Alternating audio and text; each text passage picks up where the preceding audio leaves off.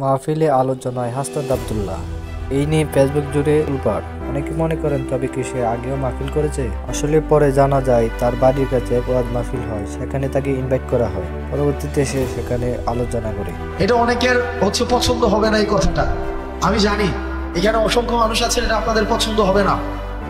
অধিকাংশের কাছে হয়তো আমি এই কথার কারণে অপ্রিয় হতে পারি, কিন্তু কার কাছে অপ্রিয় হলাম, কার পছন্দ হলো না সেটা মুখ্য না। মুখ্য হচ্ছে আমার ইসলাম আমাকে কি বলে, আমার দ্বীন আমাকে কি শিক্ষা দেয়। সেটা যদি অপছন্দেরও হয় সেটাই আমাদেরকে বলতে হবে। আমি যেহেতু এই গ্রামে ছিলাম, এই গ্রামের সাথে আমার সম্পৃক্ততা রয়েছে। এই গ্রামে এক ধরনের অর্থনৈতিক বিনিময় প্রচলিত রয়েছে, যেটাকে আপনারা নাম দেন পত্তন। এটাকে আপনারা যে নামেই ডাকেন না কেন, এটা সরাসরি সুদ।